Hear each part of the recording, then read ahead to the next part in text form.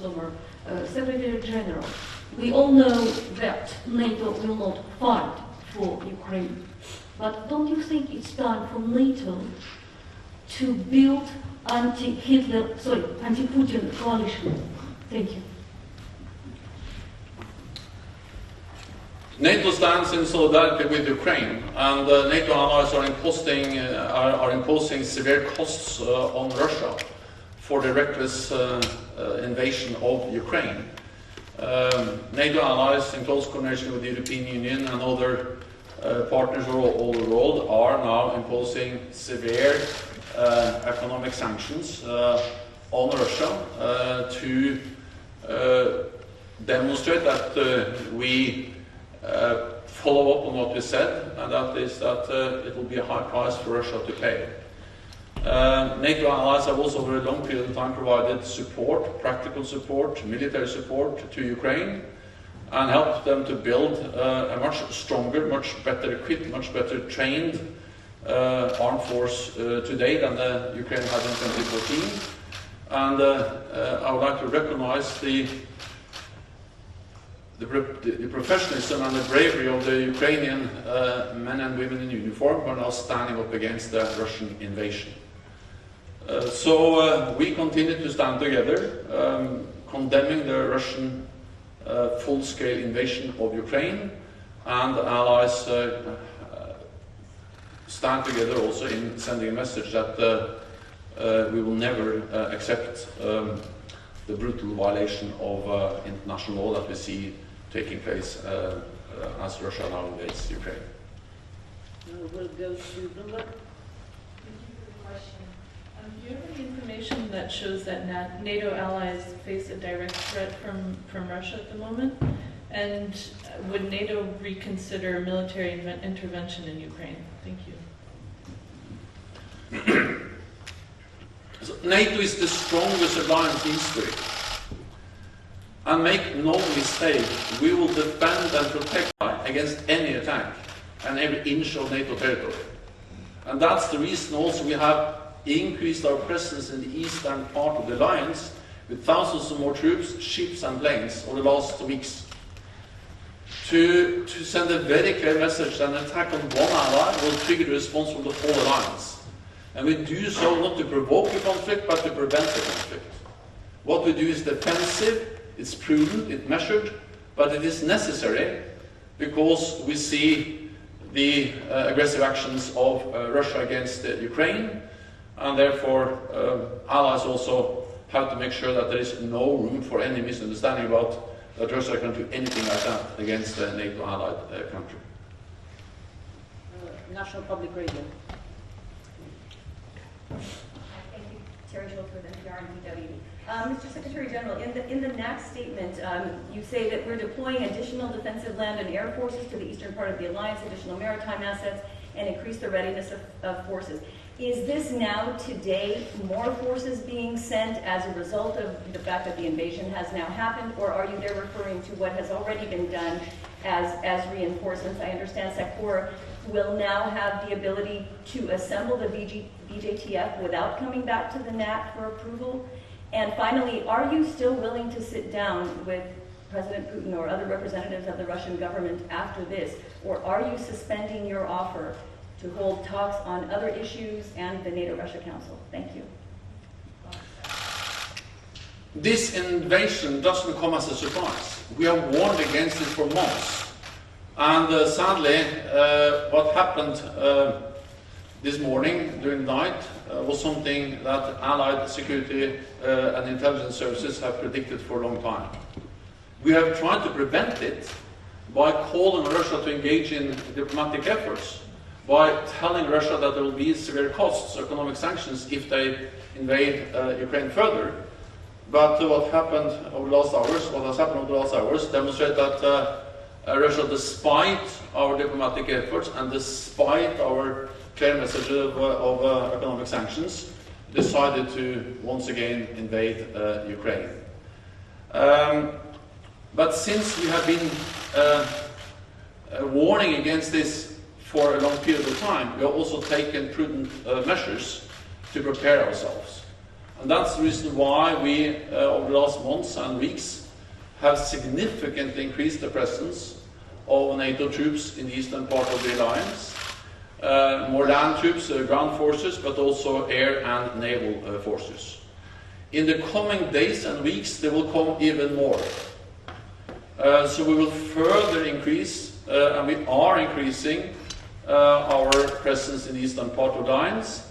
And today we activated NATO's defense plans that gives our military commanders more authority to move forces and to deploy forces when needed. And of course this will also be elements of the NATO response force. So we are ready, we are adjusting our posture, but what we do is defensive, is measured, and we don't seek confrontation. We want to prevent the conflict and any attack against any NATO allied country. And for talks, will you still sit down and talk? Well, we have reached out to Russia for weeks and months, and what we have seen is that the Russian message has been that they actually have never taken these talks seriously. Because while we were trying to find a political solution, they were planning for this invasion. And while we were trying to find a political solution, they were actually day by day, week by week, increasing their military presence and readiness on the borders of Ukraine, and now the launched invasion. So Russia has shut the door to a political solution. We regret that, but that's sadly the reality, which has severe and very serious consequences for the people of Ukraine, but also actually impacts the security for all of us, and that's the reason why we step up our presence in the eastern part of the alliance.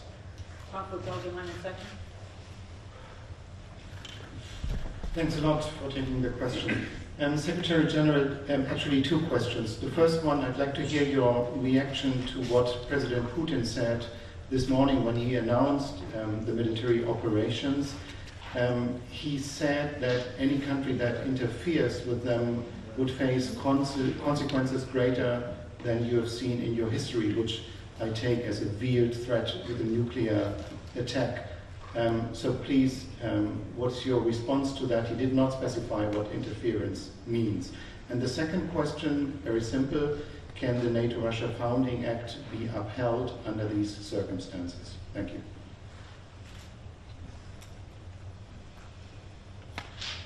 The threatening rhetoric by President Putin and the aggressive actions by Russia, of course, is the reason why we are saying that we are now faced with a new normal for our security.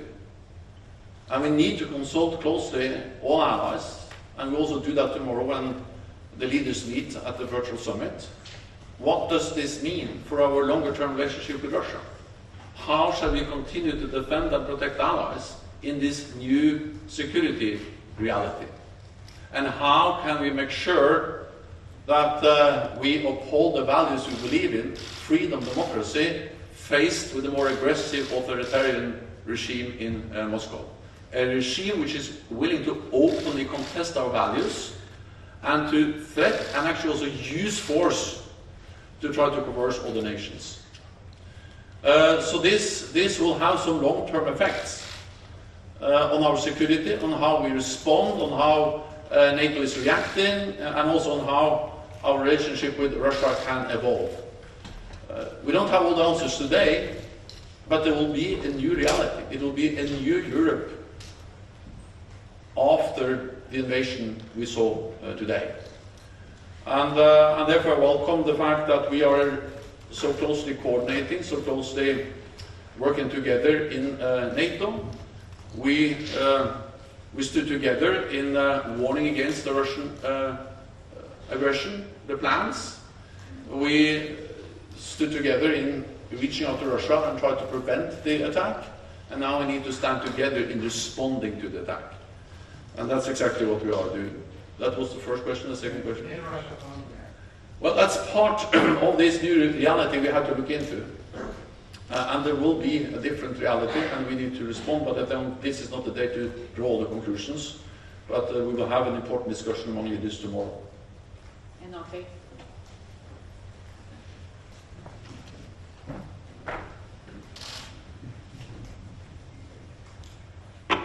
Thank you for the question. Mr. Secretary General, today Ukraine has called on Turkey to close the Bosphorus and the Dardanelles Straits for Russian vessels. Is that an action that was discussed in this morning's meeting, and are there other similar actions that have been discussed today? That was not discussed in the meeting today. Turkey is, of course, a NATO ally. Turkey has a special role when it comes to the Bosporus Straits, but this was not an issue in the meeting this morning. What we discussed this morning was the need to activate the defense plans. We made a decision to activate those plans, which enable us to move forces more quickly to where they are needed, and also to agree a statement where we express a very strong condemnation of the Russian invasion of Ukraine, and also announced that we are going to have a NATO summit, a virtual NATO summit tomorrow. Wall Street Journal. Dan Michaels, Wall Street Journal, thank you for the question. Could you talk a little bit more about the activation of the defense plans? What exactly does this change, and when was the last time this was done? Thank you. These plans are plans we have developed over the years to make sure that we have plans in place to react to crises like the crisis we are faced with now.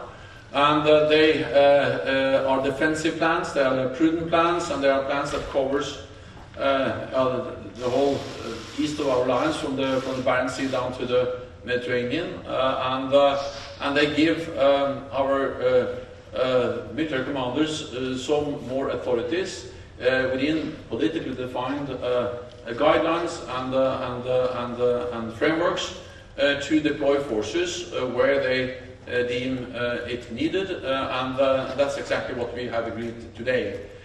So these again are defensive plans, ensuring that we have forces at the sufficient readiness at the right place throughout Europe. Have they ever been activated before? Have they ever been activated before? So I don't know whether it's right for me to answer that question, because I don't know whether it has been made public before, so I only say that we activate them today. Associated Press.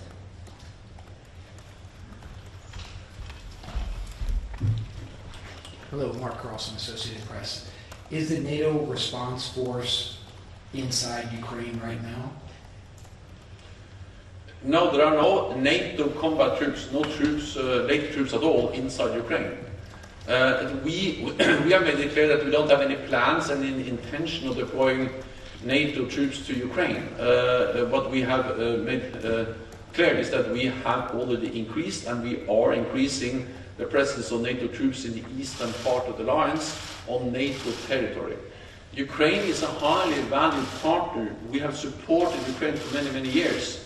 We helped them to build a more modern, capable armed force, military. We have helped them to train, equip, and in many different ways strengthen their armed forces.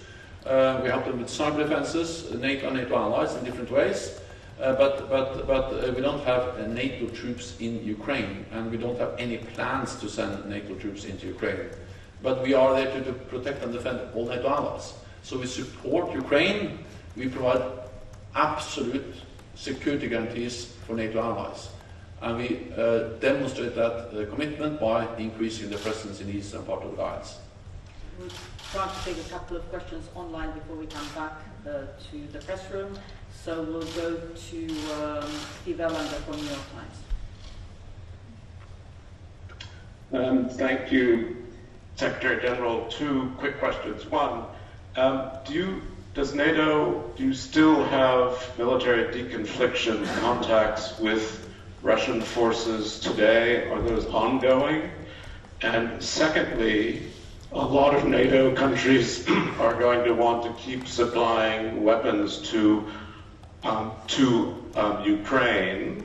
Do you foresee this as a major risk of NATO-Russia conflict? And where else do you see risks of conflict now between Russia and NATO countries that could spill over into something worse? Thank you, sir. We have increased the presence in the eastern part of the alliance, and we have activated NATO defense plans today to make sure that we do not see any spillover to NATO territory. Because as long as Russia knows that an attack on a NATO ally will trigger a response from the whole alliance, they will not attack, because we are the strongest alliance in history. And as long as we stand together and make clear that we are committed by our collective defense commitments, that's the best way to prevent any attack, any spillover from the tragedy, the heinous attack we see in Ukraine, spillover onto any NATO allied country. The NATO allies have provided support to Ukraine in many different ways over the last years, especially since 2014. NATO has helped them with the cyber defenses. We have also helped them with some different trust funds for different activities, and then on top of that, and different capacity building measures help them to strengthen the naval forces and other elements of their armed forces. But then on top of what NATO has done as an alliance, NATO allies have also provided military equipment, including defensive weapons and other types of support training. It will be a national decision in what way allies continue to provide support. So that's for individual NATO allies to decide. Deconfliction is extremely important for us. There has been contacts between our military commanders and Russia. We will continue to reach out to them to make sure that we do everything we can to ensure deconfliction. We'll next go to Helsinki Sanomat, Teija Sutinen. Yes, this is Teija Sutinen from the newspaper Helsingin Sanomat. What is your message to the partnership countries, Finland and Sweden, in this situation? At least in Finland there's a discussion about possible NATO membership, but is this realistic during a crisis? Thank you.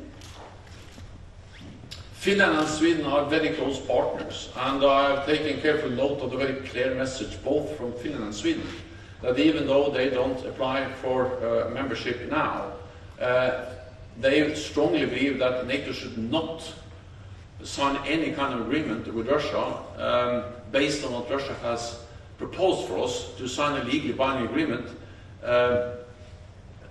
ending any enlargement of NATO in the future. So I've seen that Sweden and Finland states that for them this is a question of self-determination, the sovereign right to choose own path, and then potentially in the future also to apply for NATO membership. So for me, the very clear messages from Finland and Sweden just has underpinned how important it is that NATO allies do not compromise on core values, including the right for every nation to choose its own path, meaning whether it wants to belong to NATO or not belong to NATO. NATO respects those decisions, regardless if it's yes or no to joining a NATO. We very much value the close partnership with Finland and Sweden. It's important for NATO, it's important for Finland and Sweden. I visited Finland and Sweden this fall together with North Atlantic Council, and we see how closely we work together, exercise together, increase our ability to operate together, interoperability, and we also have very close political consultations. And therefore, I have invited Sweden and Finland to the virtual summit tomorrow, the NATO summit tomorrow. So at the NATO summit tomorrow, we'll have Sweden, Finland, and the two EU presidents present, showing in a way the very strong unity we demonstrate, transatlantic, NATO, and also close partners, EU, Finland, and Sweden. We'll go to Polish radio. Marta Polska, Polish Radio. If I may, follow-up question to Terry's question. When exactly this high readiness element of the NATO response force may be deployed? Is it up to the leaders if you convey the summit for tomorrow? Thank you. First of all, we have already deployed thousands of troops, and for instance to Poland there are more US forces, there are more forces from the United Kingdom, and there are also all the nations deploying more forces to Poland, and also to other countries in the eastern part of the alliance. More ships in the Baltic Sea, and more planes conducting air policing and protecting our airspace. So this is going on, and there will be more forces in the east of the alliance over the next days and weeks. Then that could include elements of the NATO response force, but the most important thing is not exactly which elements or which forces, but the most important thing for Poland, for the other allies in the eastern part of the alliance, is that there are more NATO forces in the east. And there is, and there will be even more NATO forces in the east in the coming days and weeks. The final question to TV2. Thank you for the question. Mrs. Sørsdal from TV2 Norway. Secretary General, you have received apparently very good intelligence in recent weeks. You have shared it, you have been open about it. Do you have any information of the Russian plans ahead?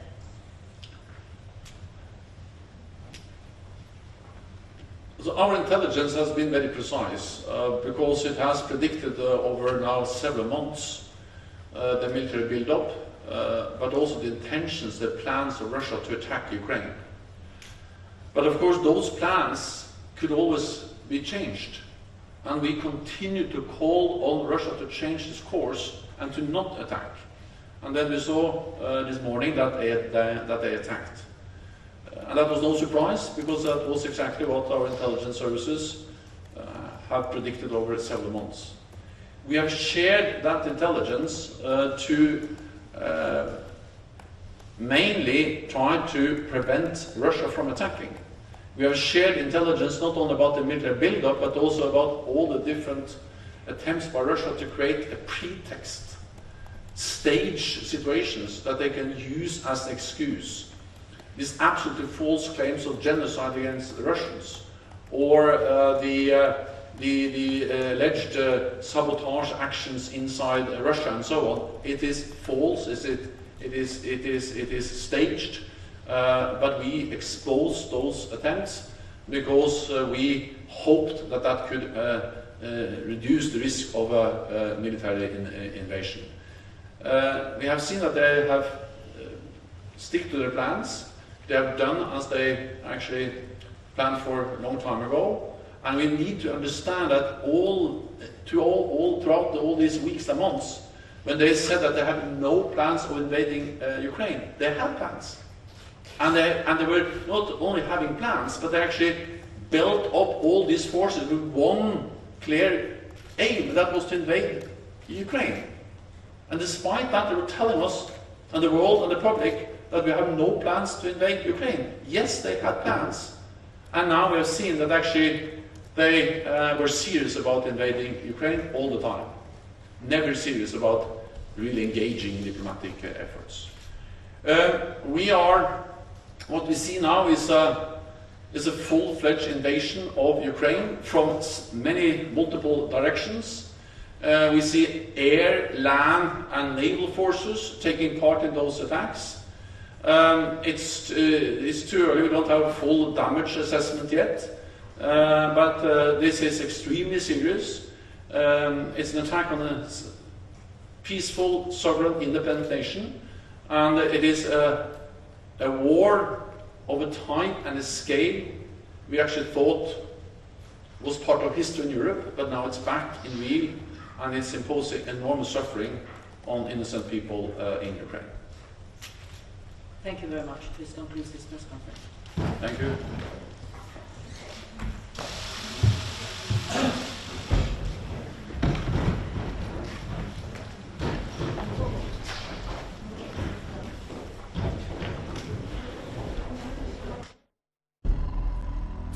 Be the first to know.